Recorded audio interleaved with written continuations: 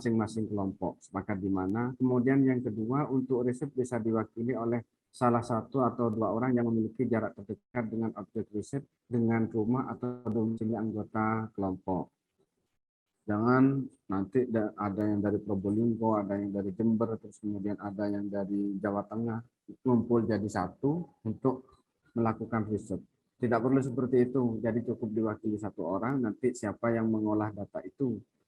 Jadi ada yang menggali data, ada yang mengolah data itu. Jadi berbagi tugas antara anggota kelompok, sebagian ada yang menggali data, dan sebagian yang lain mengolah data sehingga menjadi satu paper atau artikel gitu ya. Kemudian untuk temanya itu silahkan dipilih kerukunan antar umat beragama bisa, moderasi beragama juga bisa, perkembangan ekonomi dengan sistem transaksi Islam, atau intinya ekonomi syariah, hukum ekonomi syariah itu bisa, ada etika, moral, dan akhlak juga bisa. Atau lain dari yang empat ini, asalkan masih dalam lingkup pembahasan mata kuliah pendidikan agama Islam. Makanya minggu depan itu saya harapkan teman-teman sudah bisa mengunggah draft penelitian itu, gambaran dari secara garis besarnya seperti apa gambaran penelitian yang akan dilakukan. Jadi setelah itu terus berjalan, sudah sampai mana itu kita evaluasi tiap kali pertemuan.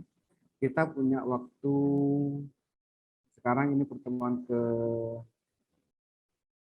9 ya, jadi kita punya waktu 7 minggu, 7 pertemuan lagi.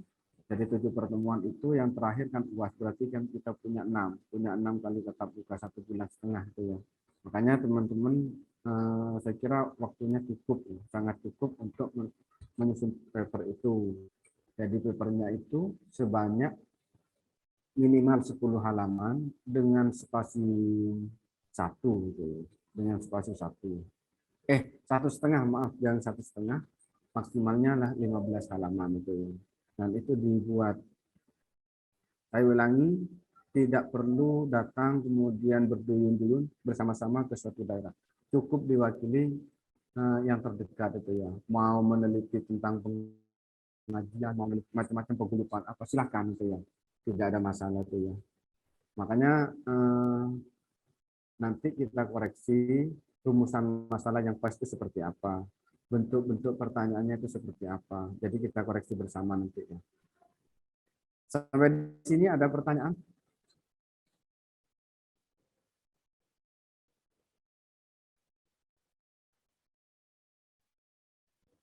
Ini perlu pembiasaan ya, karena teman-teman pasti tugas akhirnya kan tuntutannya menulis, skripsinya kan pasti menulis. Jadi dibiasakan mulai sekarang. Gitu ya. Jadi butuh pembiasaan-pembiasaan. Mungkin ada pertanyaan?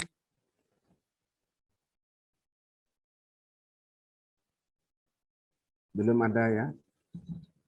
Kalau belum ada, saya lanjutkan untuk yang ini.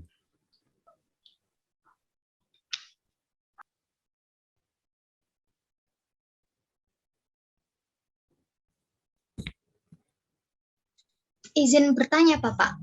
Monggo. Untuk temanya itu kan ada 5. Semisal nanti itu satu kelompok satu tema atau nanti ada yang samaan gitu, Bapak? Sama nggak apa-apa. Yang jelas kan objeknya berbeda nanti ya. Antar kelompok satu dengan kelompok yang lain. Jadi objek penelitiannya akan berbeda, tempatnya akan berbeda. Gitu. Misalnya sama antara satu dengan yang lain, tapi objeknya nanti pasti berbeda. Ketika objek berbeda itu, maka akan menemukan kesimpulan yang berbeda. Gitu. Kan perilaku orang antara satu daerah dengan daerah lain itu pastinya kan sama itu ya. Silahkan sama nggak apa-apa. Yang penting hasil akhirnya berbeda, pasti berbeda. Itu ya. Iya, Bapak. Terima kasih. Sama-sama. Gak usah jadi, gak usah apa ya, merasa terbebani lah, santai saja itu ya. Karena ini tahap awal ya. Jadi bentuknya adalah bentuk perkuliahan awal. Kalau dulu kan cuman disuruh buat makalah, disuruh PPT, setelah itu presentasi, UTS dengan menjawab pertanyaan, UAS menjawab pertanyaan, selesai. Nah, sekarang ini tidak, harus berbasis hasil, gitu, berbasis luaran gitu ya. Jadi tidak cukup hanya sekedar seperti tadi prakteknya. Jadi harus ada luarannya, harus ada hasil yang dicapai itu ya. Itu.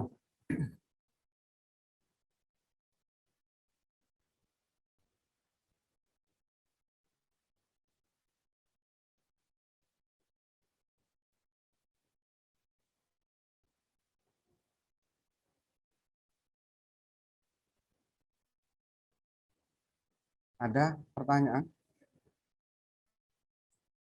Kalau tidak ada, saya share screen terlebih dahulu. Ini. Nah, langkah-langkahnya. Langkah misalnya teman-teman mau mengangkat tentang kajian pustaka, silahkan.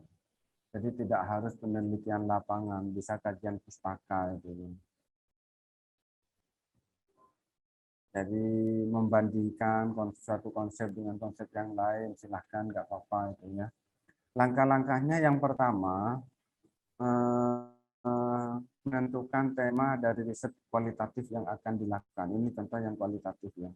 Jadi teman-teman sudah barang tentu untuk melakukan penelitian itu harus tahu temanya dulu. Karena saya tidak mungkin tanpa adanya tema penelitian itu terus bisa melakukan penelitian.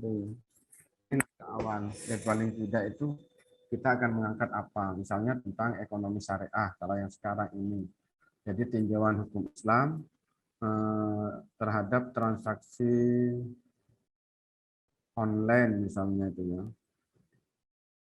Jadi bagaimana transaksi online itu sendiri, kemudian bagaimana konsep transaksi online itu yang sesuai dengan ajaran Islam itu ya. Misalnya bentuk rumusannya seperti itu. Itu kan bisa itu ya. Itu kan kajian pustaka. Jadi transaksi online.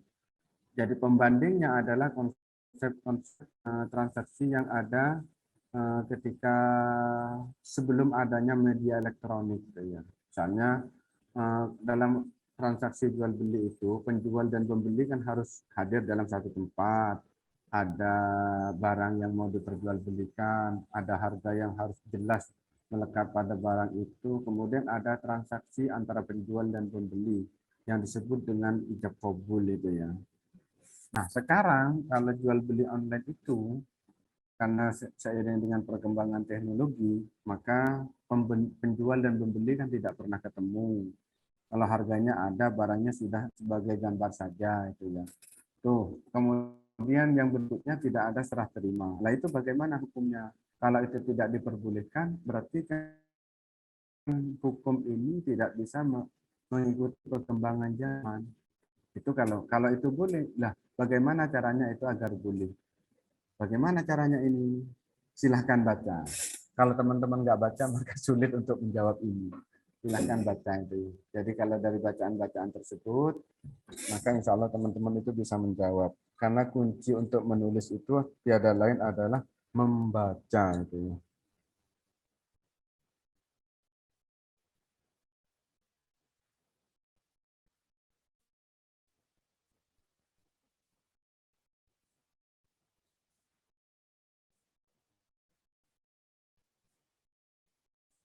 Itu. Kemudian yang kedua, langkah yang kedua itu melakukan pengangkatan masalah, rumusan masalah. Rumusan masalah itu kan ada tiga ya, ada tiga. Yang pertama berkaitan dengan ontologi hakikat, misalnya hakikat yang diangkat tentang jual beli online. Jadi jual beli online itu seperti apa? Itu perlu dijabarkan. Kemudian yang kedua itu epistemologi. Jadi ada ontologi, ada epistemologi. Epistemologi itu adalah cara dalam transaksi. Kemudian ada aksiologi. Jadi hasil yang didapat dengan jual beli online itu. Sekarang kan bukan hanya itu, jual beli online, ada uang elektronik, macam-macam itu. Ini kalau yang berkaitan dengan ekonomi Islam. Gitu ya. Kalau berkaitan dengan moderasi beragama. Jadi bentuk-bentuk atau cara-cara memahami ajaran Islam yang moderat itu bagaimana itu. Itu banyak contoh-contohnya, silakan cari di Google. Kalau tidak ada di Google, bisa di Google Scholar itu ya. Ketik Google Scholar, di sana tinggal memilih apa yang mau dicari. Gambarnya seperti itu. Tujuannya untuk teman-teman itu terbiasa menulis. Jangan takut salah. Karena orang yang tidak pernah mencoba itu adalah orang yang tidak akan pernah berhasil. Belum apa-apa sudah takut salah. Orang tidak pernah mencoba, dia sulit untuk berhasil. Karena dia tidak tahu kekurangannya di mana. Kekurangan saya itu apa? Belum apa-apa sudah takut salah itu ya. Coba dulu, dikoreksi, misalnya itu salah, salahnya di mana itu baru kita perbaiki. Jadi evaluasi dirinya dari sana itu ya. Kadang-kala belum apa-apa itu saya nggak bisa duluan. Berarti kan yang ada di dalam benak, di dalam pikiran teman-teman itu kata tidak bisa terus. Ini nggak bisa, ini nggak bisa. Padahal tuntutan benar itu kan nggak pernah ada ya. Dimanapun nggak pernah ada. Tuntutan selesai. Selesai dulu. Salah atau tidak belakangan itu. Salah itu kalau sudah evaluasi. Nggak ada langsung kamu tugas ini harus benar, nggak ada itu. Harus selesai dulu, benar dan salah belakangan itu ya. Jadi setelah ada evaluasi, makanya rumusan masalahnya itu apa? Dicoba dulu lah pelan-pelan itu ya. Karena teman-teman ini kan anak SMA yang 1 tahun lalu ya. Sekarang masuk ke kuliah. 1 tahun lalu kan masih SMA atau masih berjubel untuk mau masuk ke perguruan tinggi ini. Sekarang baru mahasiswa. Jadi sangat awal sekali. Tapi ini karena bentuk pembelajaran dan pembiasaan tetap harus dilakukan. Kalau tidak demikian maka orang itu tidak akan pernah mencoba itu. Mencoba gagal itu biasa itu.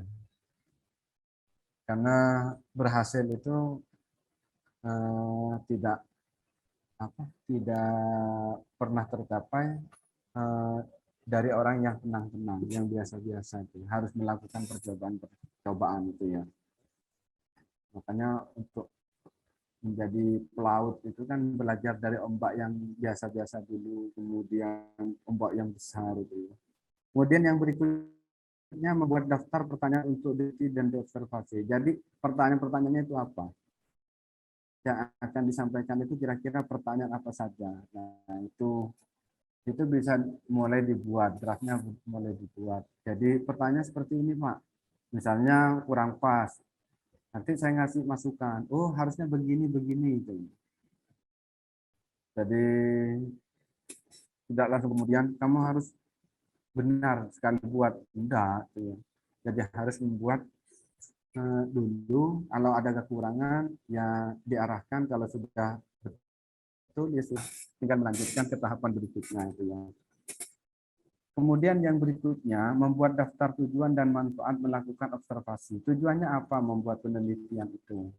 Kemudian manfaatnya apa itu ya? Tujuannya adalah untuk mengetahui ya. Manfaatnya itu kan yang pertama untuk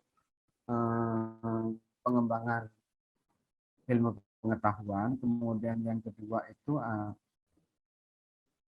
manfaatnya itu adalah untuk menebarkan pengetahuan kepada orang lain. Jadi internalnya itu untuk kita, eksternalnya itu untuk orang lain.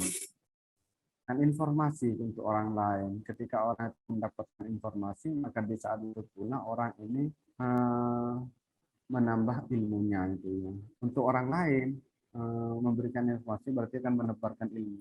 Nasrul ilmi, menebarkan ilmu ya. Kemudian yang berikutnya melakukan pengumpulan data yang mendukung. Jadi teman-teman kalau meneliti tentang ekonomi, data pendukungnya itu apa saja. Misalnya yang dari literatur itu seperti apa, kemudian temuan di lapangan seperti apa, itu baru dibandingkan. Tujuannya apa? Untuk menjawab masalah itu tadi. Jadi menjawab masalah-masalah yang ditanyakan di tahapan kedua. Jadi setelah menemukan tema, kemudian pengangkatan masalah. Untuk menjawab itu. Bentar, sebelum berlanjut, ini yang kelima ya. Masalah itu apa? Ada yang tahu masalah itu? Definisi masalah. Ini kalau di tugas akhir, teman-teman itu harus bisa mengangkat atau menemukan suatu masalah. Sementara definisi masalah sendiri itu apa? Ada yang tahu?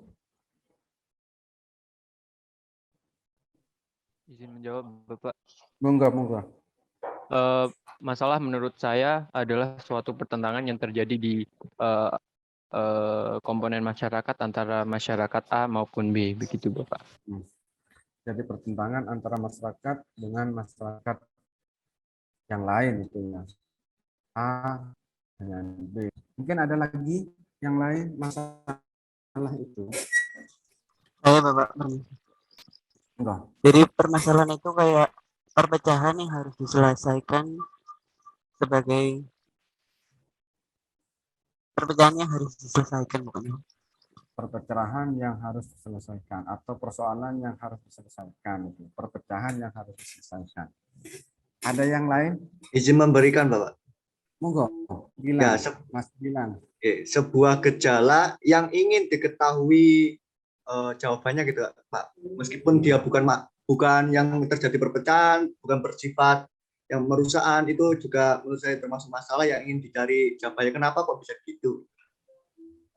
Iya, iya. Masih ada? Dari Mbak Sukma Rosita Dewi, monggo. Itu Bapak, izin menjawab, masalah untuk saya itu sesuatu yang belum sesuai harapan gitu. Misalnya permasalahan ekonomi, kan ekonomi Indonesia masih belum sesuai harapan yang diinginkan, seperti itu. Ya, ya. Masih ada lagi? Jadi masalah yang tidak sesuai, yang belum sesuai dengan harapan. Ya. Seperti ekonomi Indonesia kan belum sesuai dengan harapan.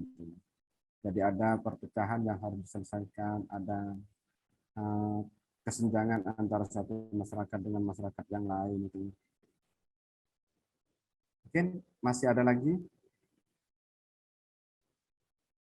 Jadi biar tahu definisi masalah, kemudian bisa menentukan rumusan masalah. Rumusan masalah itu atau masalah, rumusan kan berarti merumuskan suatu permasalahan ya. Di dalam penelitian itu kan ada istilahnya rumusan masalah. Masalah itu adalah semuanya jawaban yang diutarakan tadi itu betul ya. Jadi tidak ada perbedaan. Ingin tahu terhadap sesuatu yang ingin diketahui atau sesuatu yang diharapkan itu, atau perpecahan antara satu dengan kelompok, satu kelompok dengan kelompok yang lain dan sebagainya, itu adalah semuanya masalah. Jadi kalau didefinisikan di dalam buku-buku itu, masalah itu adalah kesenjangan antara yang seharusnya dengan yang senyatanya. Itu adalah masalah. Seharusnya ini kok kenyataannya kok tidak begini. Nah, itu namanya masalah. Ada masalah di situ. Nah, itu perlu yang diangkat. Jadi masalahnya apa? Cara menyelesaikannya itu bagaimana? Jadi kalau sudah ketemu masalahnya, itu masuk ke hakikat, ontologi. Cara menyelesaikan itu namanya epistemologi, cara. Kemudian ada yang terakhir itu aksiologi. Hasil setelah ada upaya untuk menyelesaikan, itu namanya aksiologi. Gimana hasilnya setelah upaya-upaya penyelesaian itu dilakukan itu ya? Apakah sesuai dengan harapan atau tidak sesuai? Kalau tidak sesuai, kendalanya apa itu? Ini masalah lagi itu ya. Masalah lagi. Makanya keilmuan itu yang sifatnya nisbi, bukan keilmuan pasti ya. Itu kan terus mengalami perkembangan-perkembangan. Jadi ada hasil akhir, kemudian setelah itu ditinjau ulang kekurangannya apa, menemukan hasil akhir lagi, ditinjau ulang, akan menemukan hasil akhir lagi itu ya. Seperti masalah perkembangan ekonomi itu ya. Jadi transaksi jual beli itu kan sekarang bentuknya macam-macam. Kalau dulu mungkin masyarakatnya masih sedikit, bisa melakukan transaksi itu dalam satu tempat, dan orang itu tidak kerjanya tidak di kantoran, jadi punya waktu banyak. Sementara untuk era sekarang, untuk orang yang kerja di kantor harus datang jam 7, pulang jam 3 sore, dia kan tidak punya banyak waktu. Maka seiring perkembangan teknologi itu bisa menggunakan transaksi online. Kalau dulu kan mungkin di desa-desa hanya beli yang kecil-kecil gitu. Jadi tidak banyak masalah. Jadi yang dinamakan masalah itu adalah kesenjangan antara yang seharusnya dengan kenyataannya. Jadi antara seharusnya begini, tapi kenyataannya kok tidak begini. Berarti kan ada masalah. Lah itu yang perlu diangkat dan perlu dijawab. Nah setelah menjawab, apakah sesuai jawaban itu dengan yang diharapkan atau tidak. Itu namanya masalah. Jadi kesenjangan. Hanya berbeda bahasa, semua jawaban tadi itu adalah benar itu ya. Jadi ada harapan untuk menyelesaikan. Sesuatu yang diharapkan untuk selesai itu adalah masalah itu. Nah, kalau teman-teman itu mengangkat tentang kerukunan antar umat beragama, misalnya di suatu daerah, ada paguyuban yang diikuti oleh berbagai macam keyakinan. Nah, kenapa kok bisa rukun gitu ya? Itu kenapa? Apa medianya? Apa yang membuat dia rukun itu ya? Atau ada pemahaman misalnya dalam satu agama, antara pemahaman agama yang satu dengan yang lain kenapa kok berbeda? Itu kan juga bisa dijadikan sebagai rumusan masalah. Itu ya. Kira-kira seperti itu. Kemudian yang berikutnya, jadi kalau tidak sesuai maka tidak bisa dimasukkan sebagai data dalam penelitian. Ya. Jadi filter data itu. Ya. Jadi disaring dulu, dicari data-data yang relevan. Gitu. Kemudian yang berikutnya melaksanakan analisa data yang diperoleh. Jadi dianalisa antara teori yang ada dengan data yang diperoleh itu kemudian dianalisa itu.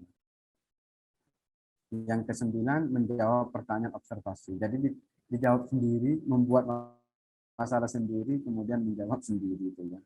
Terakhir menyusun laporan observasi dari riset kualitatif tersebut. Itu ya, ini yang terakhir. Saya kira itu langkah-langkahnya. Nanti kalau ada yang belum dipahami bisa saya, atau setiap kali pertemuan saya kan minggu depan saya menanyakan kelompok 1 meneliti dengan tema apa, draftnya bagaimana itu. Kelompok 2 seperti apa dan draftnya bagaimana. Kira-kira seperti itu. Ada yang ditanyakan?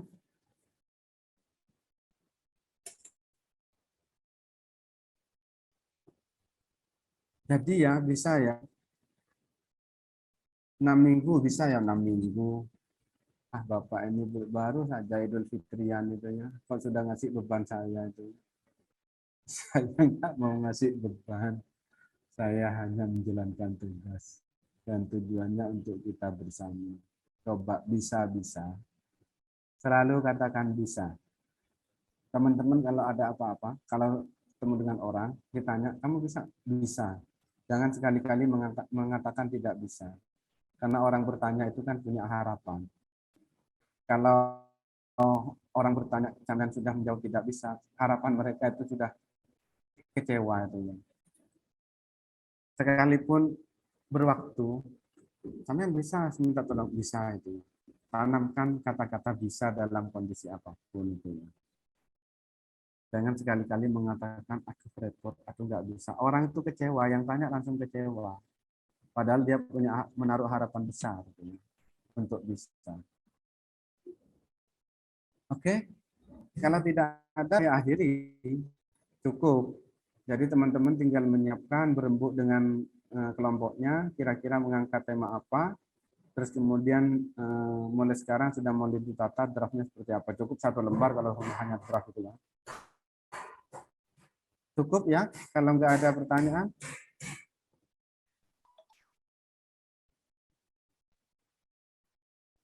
Oke, saya akhiri karena tidak mau bertanya ya, Mbak Vini Salsabila, enggak?